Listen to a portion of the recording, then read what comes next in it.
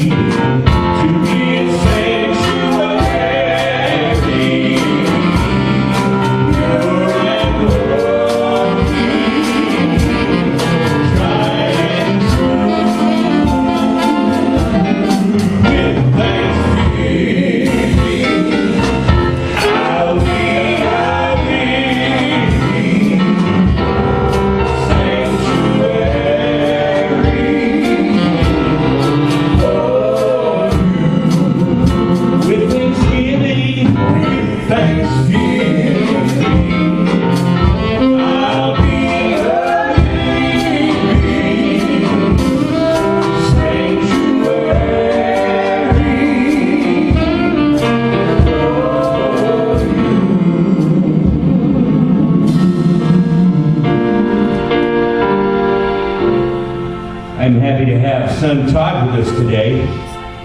He's not been able to make it the last couple of services, so I thought we'd just feature him a little bit. This is one of my favorites that he does, and it says this: Jesus.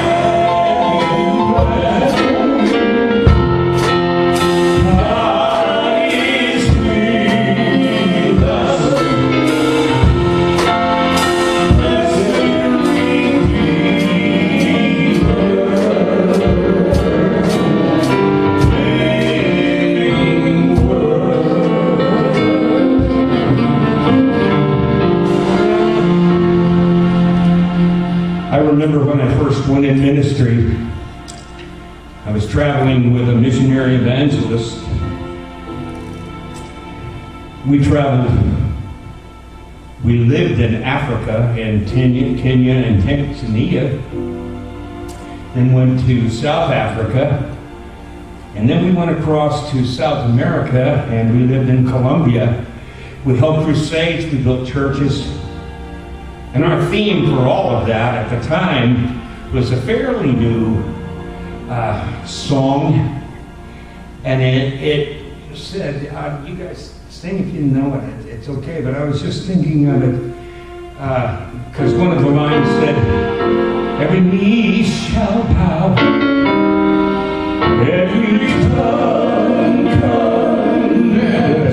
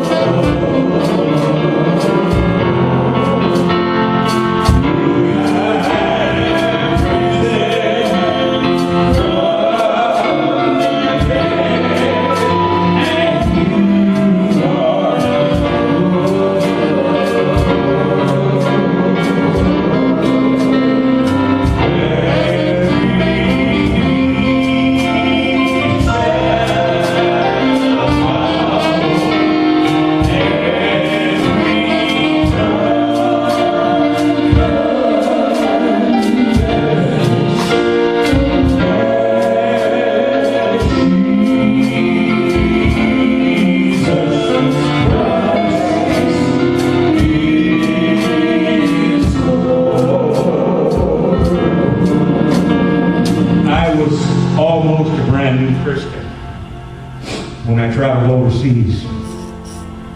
Can you imagine what a thrill it was to me to hear 50,000 people singing, "You wanna," and then they begin to sing it out of Swahili into English. Every knee shall bow, every tongue shall confess. Now, ladies and gentlemen, that's a truth. That's an eternal truth. Every knee shall bow. I don't care what's going on now in South Korea, North Korea, Russia, China, here. It doesn't matter, because there is coming a day when every knee shall bow. Because God has given him authority over all things. And that applies to our lives today. Amen? I believe that. I believe that my times are in his hands. I believe that there is nothing in the world that can keep me from his love. That's right. We're going to save prayer until the end of the service today, because I have a message that I hope will encourage you. But going back as long as I can remember, one of my favorite songs will always be. Now, when I was little, we did Jesus Loves Me This I Know, for the Bible tells me so. With the ones who they are so. I changed it up a little bit because I love black music. I love that rhythm. And I want you to hear it and sing it with us. Yes. Jesus loves me. Yes. Jesus loves me. Yes. Jesus loves me.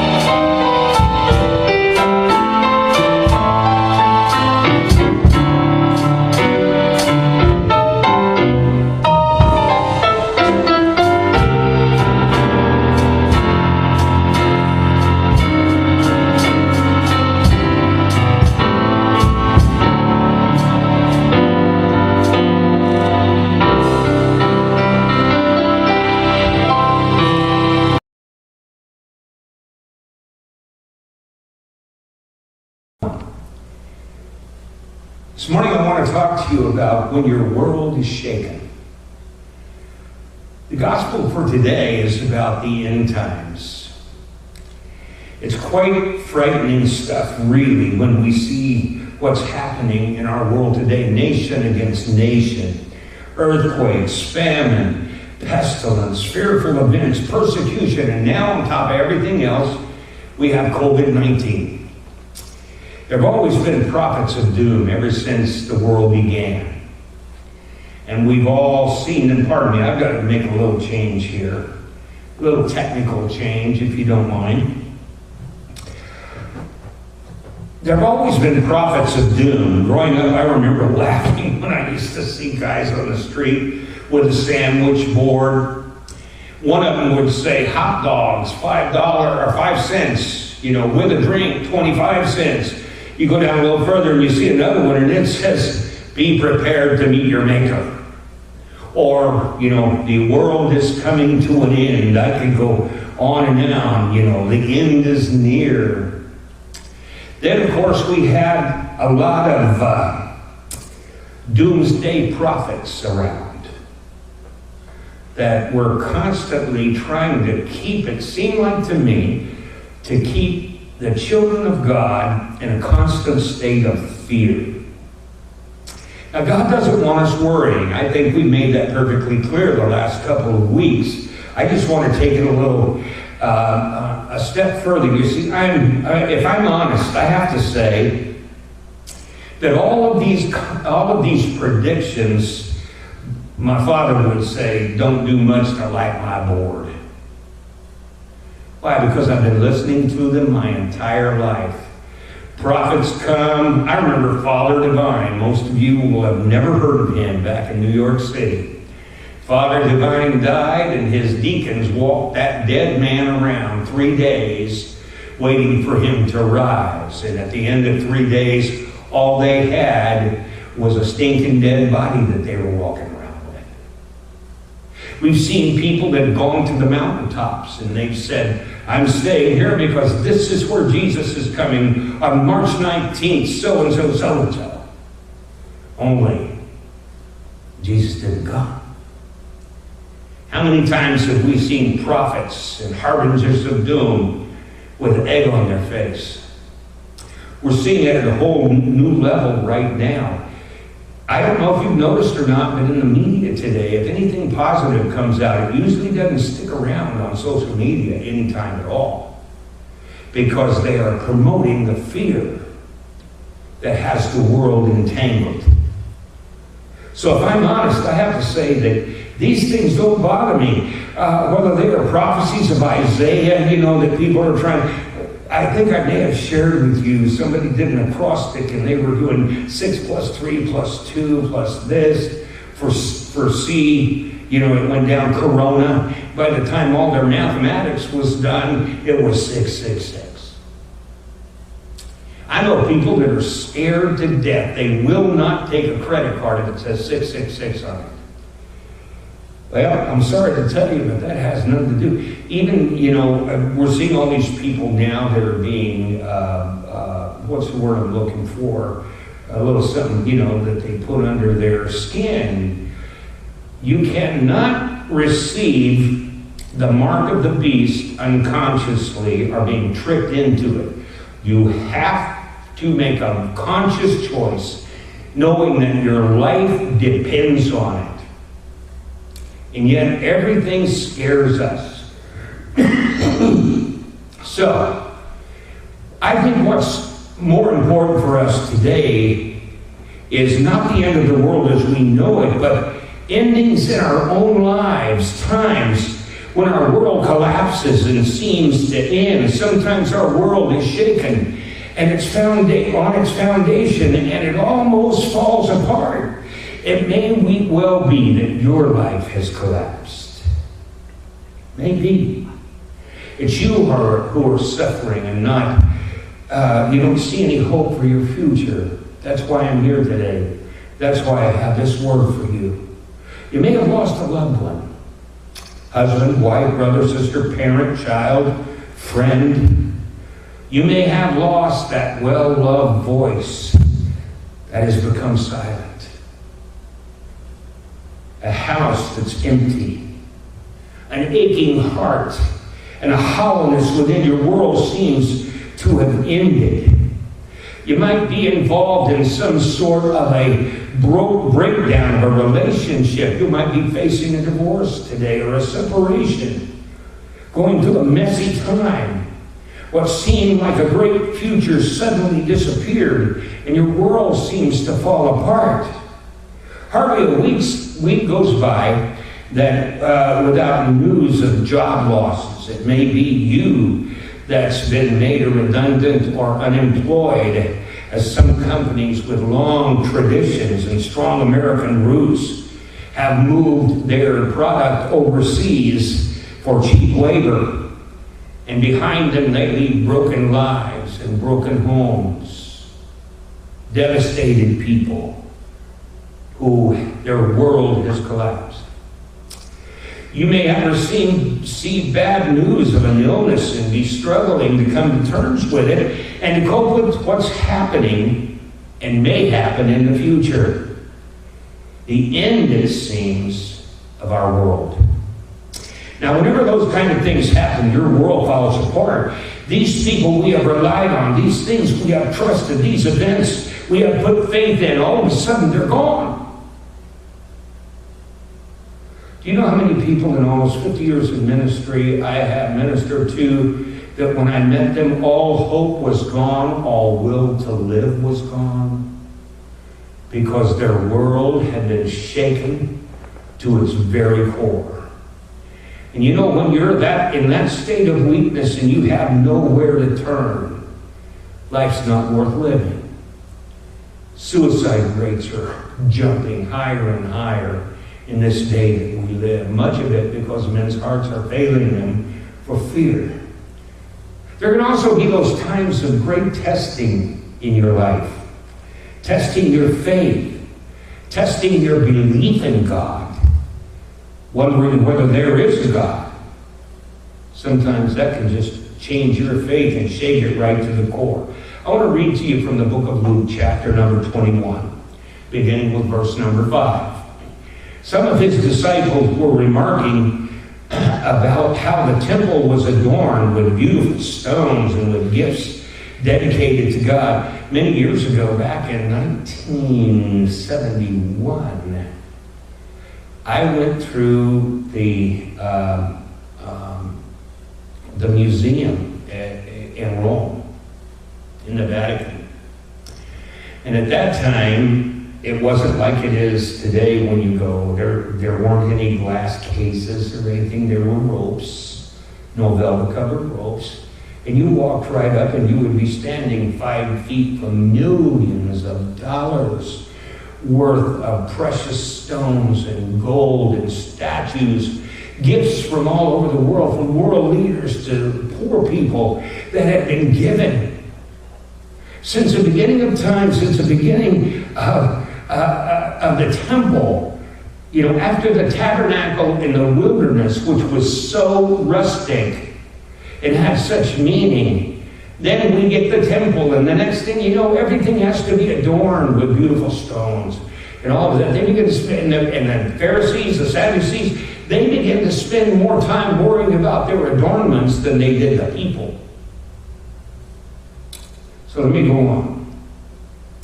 The temple was adorned with beautiful stones and with gifts dedicated to God. But Jesus said, as for what you see here, the time will come when not one stone will be left on another. Every one of them will be thrown down. Teacher, they said, when will these things happen, and what will be the sign that they are about to take place? He replied, do not watch out that you are not deceived, for many will come in my name, claiming I am he. I'm sorry I'm kind of stumbling tonight. I got up this morning and my blood pressure was 88/55. And I've been in bed all day until I came here. And then part of my VA disability is every once in a while my mind goes to Jamaica. I lose the key that I'm playing in, or I forget a word, or I just go blank. And I think I've already told you, if I go blank, just wait, because I'll be back. I promise you, I'll be back. What would be the sign that they're about ready to take place? His followers asked him, he said, watch out that you're not deceived, because many are going to come in my name, claiming I am he, and the time is near. Do not follow them. We've seen the Jim Joneses come and go. All of these charlatans that have claimed to be some incarnation of Christ, and every one of them go just as quickly as they come. For many will come in my name, claiming I am he, and the time is near. Don't follow them. When you hear of wars and uprisings, do not be frightened. These things must happen first, but the end will not come. Then he said to them, nation will rise against nation, and kingdom against kingdom. There will be great earthquakes, famines, and pestilences in various places, and fearful events and great signs from heaven. But before all of this, they will seize you and persecute you. They will hand you over to the synagogues, put you in prison, and you will be brought before kings. Isn't it amazing how Scripture can be for one generation, and yet it still applies to another generation? As this applied to them. Because the children of Israel didn't have it easy. How many times were they held captives? How many times were they literally destroyed in some way or another? Well, we also know what it is for us. In this time, we're seeing in the church today more persecution than we've ever seen in America. Oh, nobody's getting, well, not in America, they're not getting killed, but in China they are. In Africa they are. I pray every day for our orphanage and our Bible college in Arusha, Tanzania, and my friends in Nairobi, Kenya, where outlaws are killing and maiming, Boko Haram, you name it. There is so much. We, as a church in America, we don't have that kind of persecution. They just try to cut us off every chance they can get, taking the Bible out of schools, taking the Ten Commandments down off the walls.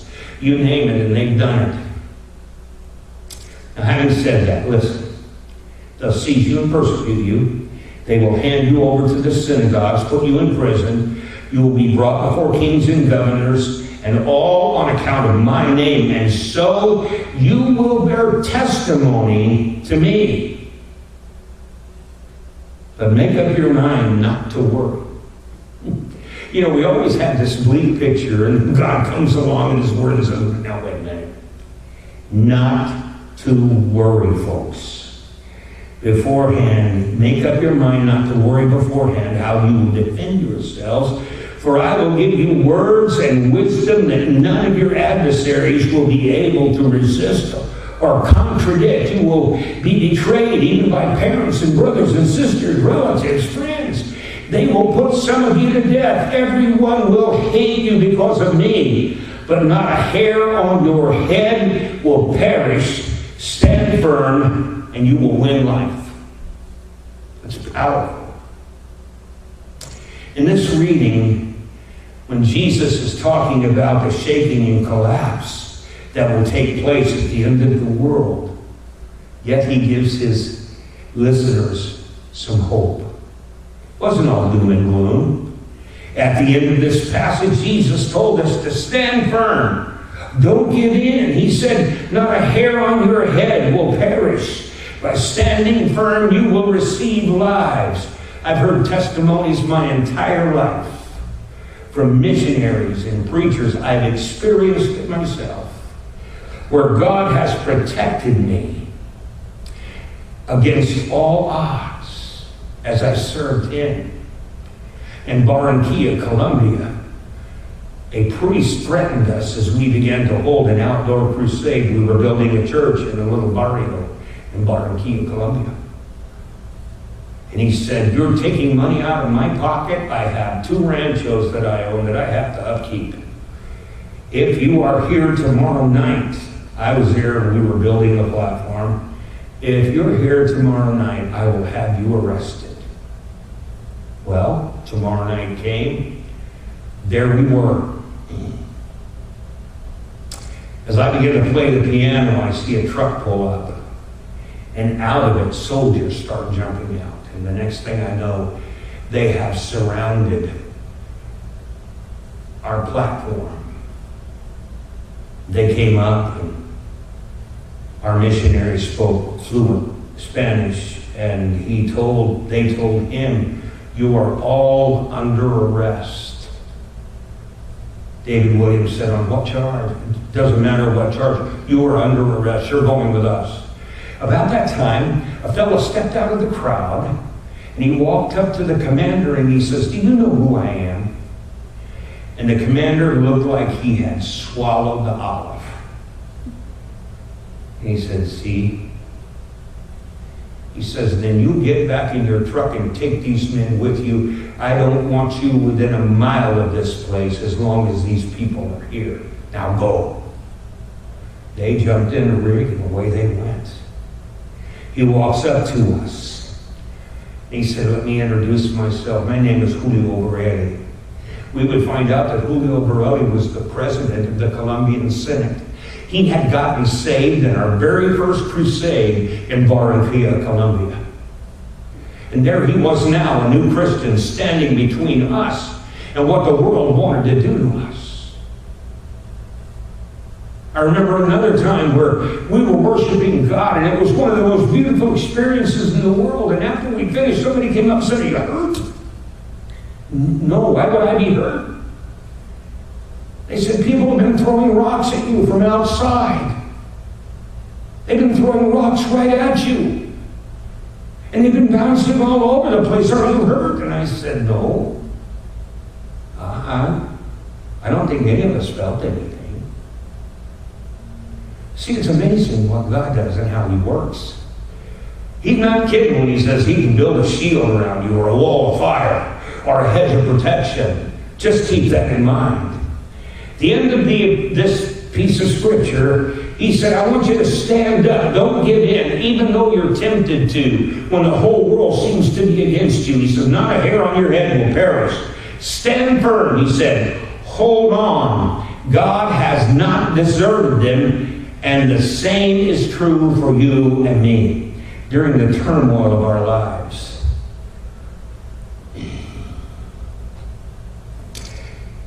When our world seems to have collapsed, God, who has been with us, is still there. Where can I go that you're not there? I go to the mountaintop and you're there. If I have to go to the pits of hell, you're there. The Lord Himself said, lo, I am with you always, even to the ends of the world. Let me tell you something this morning. God, who has been faithful in the past, remains faithful today. And I believe even more faithful as the day approaches. God, who has lavished His love on us, has not deserted us now, nor in any time of our need. The times when we feel our faith tested. The times when we feel we're crawling along on a valley floor, crushed by life, are the times when God is closest to us, even though we often don't realize. When our world seems to be collapsing around us, God stands firmly in the midst of the rubble. In Jesus, and I love this, in Jesus, God came into the world. He came to share in all the joys. But not only all the joys, He came to share in the sorrows of our lives. I can't tell you and promise you that as a Christian, you'll never have heartbreak. You'll never have problems whatsoever, because I can tell you, you will have your share. But at the end of the day, you will find Him still there, 1,000,000 miles from God, playing in a nightclub, drunk. I was so drunk I could barely stand up. And the owner of the bar walks up to me and he whispers in my ear and he says, could you play just a closer walk with me? I thought, here we go. I can't get anywhere without God being right in the middle of everything. He would later walk up to me one night and I'm playing and I'm kind of lost in the music, and he walks up and he whispers in my ear and he says, tell me, does the Holy Spirit ever convict you while you're doing this? I just threw my hands up, what can I do? I can't get away from this God no matter how hard I try. Ladies and gentlemen, that's the God that you serve. That's the God who loves you. I will never leave you. I will never forsake you. When you're in the very pits of life, He's still going to be there. When you're 1,000,000 miles from God and evil as a junkyard dog, He is still with you. He's just waiting for you to come to the place that I did, Where I looked in the mirror and said, God, I don't know if there's anything left, but if there is, I'm yours. That's all he was waiting for. Because he came, because he lived, because he died, and because he rose again, he stands firmly and squarely with us in this life, even when our world is shaken. And he reaches out to us, to you and to me, when our world seems to be collapsing. Let me close. His love comes close where stands an open door. His peace comes to those who are caught in the storm. His joy comes where faith encounters fear. And his grace comes to those whose grace is spent. Stand firm. Don't lose hope. Because God is with you. Amen. I'm going to pray now. And before I do, I just want to share with you, as you know, the expenses of the church go on, the budget of the church goes on, whether we're meeting here or not. We have set up different ways for you to give. You can mail in your tithe and offerings, or you can contact Bobby Walker, and you can contact him through our Facebook page, and he will set up an account to where you can give online. It's very simple, and several people are doing that. But our expenses continue, and I pray that you will be faithful, because if you are, God will continue to be faithful to you. Let's pray. Father, I have so many friends today I know who are hurting. Friends who don't even know which end is up. Their world has been shaken, their foundation broken. I have friends that are going through so much turmoil and strife, sickness, disease, depression and discouragement, a broken relationship. Some, like me, are just getting old and tired. Lord, I'm glad you're still with me. That you're here with me today and you're giving me strength to do this message and to lead some worship. I'm asking you now to reach down and touch everyone who will take that step toward you. I said a moment ago, he comes close where there's an open door. And I pray in Jesus' name that those of you who are hurting, open the door. Let Christ in. It's as simple as that. If you don't know Christ, there's no better way to find him than right now. I'm going to pray for you. If you're without God and you're listening to this, you're watching this morning, I pray that as you come to him, he will in no wise cast you out. But I failed him so many times. I guarantee you, you haven't failed him near as many times as I have. But he's still there with open arms. His peace comes to those who are caught in a storm. And his joy comes where there's fear. And his grace comes to those whose own grace is spent. I ask God in your name, in the name of your Son, Jesus Christ, you will bless these who are here. I pray that those who don't know you will pray this prayer with me and say amen at its conclusion. Jesus Christ, I know that you're the King. I know you're God's Son. You came to this world to give us life and give it to us abundantly. You came to bring good and not evil. And yet I've failed you. I've never paid any attention to you, but as my world continues to be shaken and I have nowhere else to turn, the psalmist said, when my heart is overwhelmed, lead me to the rock. Lord, you are our rock today. I pray if these who are hurting right now and away from you, pray this prayer with me. Dear Jesus, I come to you knowing that I'm a sinner. But I come to you knowing that you're God. that you came to this earth to share your life, that I might have life and have it in abundance. I pray in Jesus' name today that those who are within my hearing that don't know you will simply take a knee and say, Jesus, I confess you as Lord of my life. I ask you to forgive me of my sins. Give me a new heart. Become my Father and let me be your child. I confess you died and rose again and are at the right hand of the Father on my behalf today, and I accept you and I enthrone you as the Lord of my life in Jesus' name. Amen. Lord, be with you. The Lord bless you and keep you.